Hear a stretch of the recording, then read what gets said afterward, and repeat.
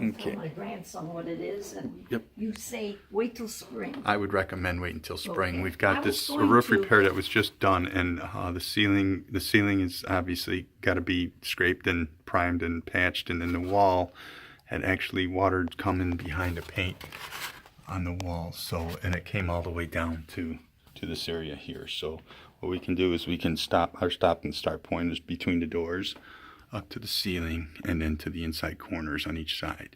And then what we would do is take and bring ourselves a straight line from the corner across here on the ceiling and prime and paint everything right in through there and get it back to normal. The repair was done not too long ago, so we're going to let it go through a season and make sure that the roof repair is not a problem and that there's no issues with anything else on the other side of the wherever this leak was.